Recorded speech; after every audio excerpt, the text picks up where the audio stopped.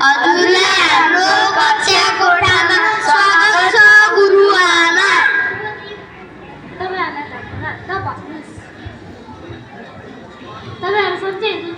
सधैँ गुरुआमा अनि हजुरलाई। भाइ बहिनीहरू, आज हामी नेपाली विषय अन्तर्गत राम्रो छ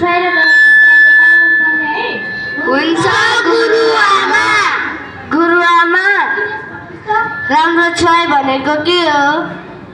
बस्नुस्। आहा, कति राम्रो प्रश्न। ल, दिनेशलाई मात्र होइन, सबैले सुन्नुहोस्। राम्रो छुवाई भनेको त्यस्तो छुवाई हो जसले हामीलाई माया, सुरक्षा र खुसी महसुस गराउँछ।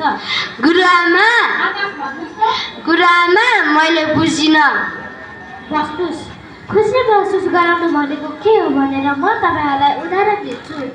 जस्तै तपाईँहरूलाई घरमा बुबा आमाले काखमा दिँदा, चुम्बन गर्दा, अँगालो हाल्दा, राम्रो काम गरेर शिक्षा गर्ने टाउकामा हात राखेर स्याबासी दिँदा, यस्तो छैन तपाईँहरूलाई खुसी मिल्छ नि, होइन त? हो गुरुआमा। अनिसा भन्नुहोस् त। हो गुरुआमा, मलाई मेरो बाबाले काखमा लिँदा मलाई खुसी लाग्छ। बस्नुहोस्।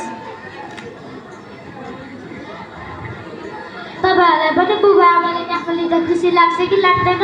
लाग्छ गुरुआमा। गुरुआमा, विनिता भन्नुहोस् त। नराम्रो छुवाई भनेको कस्तो? बस्नुहोस्। यहाँ विनिताले फेरि कस्तो राम्रो प्रश्न गरी। नराम्रो छुवाई भनेको त्यस्तो छुवाई हो जुन छुवाईले हामीमा डर उत्पन्न गर्छ, मनमा नरमाइलो भाव पैदा गर्छ। गुरुआमा, आकाश भन्नुहोस् त। गुरुआमा मैले फेरि बुझिनँ। तपाईँको खाली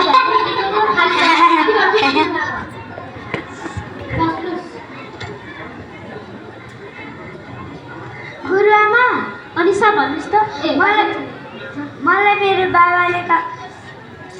मलाई मेरो छिमेकी अङ्कलले गाला मुजाउँदा मलाई कस्तो नरमाइलो लाग्छ। यदि बस्नुहोस्। यदि छिमेकी चिनेको छ भने केही हुँदैन। गुरुआमा, विनिता भन्नुहोस् त। त्यस्तो बेलामा के गर्ने त? बस्नुहोस्। त्यस्तो बेलामा सबैभन्दा पहिले भाग्ने कोसिस गर्ने।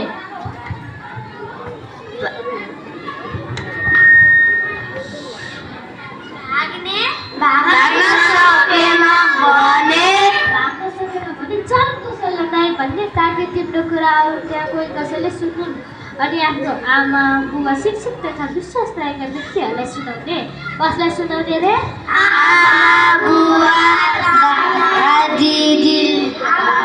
विश्वास लागेको मान्छेलाई सुनाउने। गुरुआमा, असल भन्नुहोस् त। कस्तो राम्रो पाठ पढ्यौ है। हो नि, आज हामी निकै राम्रो पाठ पढ्यौँ। बस्नुहोस्। अब पढाइका कुराहरू जीवनमा आइपरेमा लागू गर्नुपर्छ है। गुरुआमा।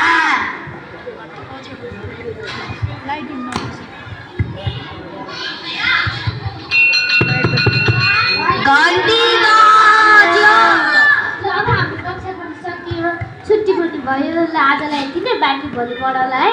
हुन्छ गुरुआमा। दिनेश, हजुर, आज हाम्रो गुच्चा किन गर्नुपर्छ ल?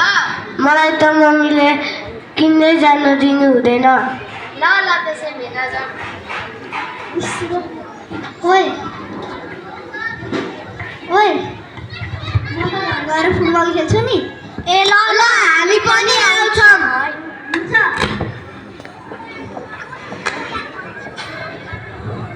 बाई बाई अपेक्षा। बाई बाई होइन कि टाटा भन्नु।